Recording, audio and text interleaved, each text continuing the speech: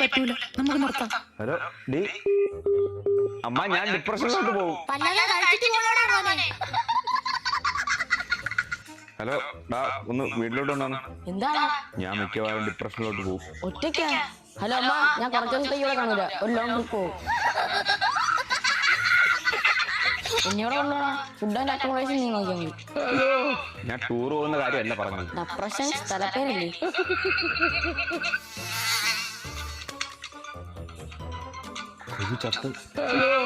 എന്തിനാണ് ഞാനെ കൊന്നത്? ഞാനൊരു കൊലപാതകയായില്ലേ?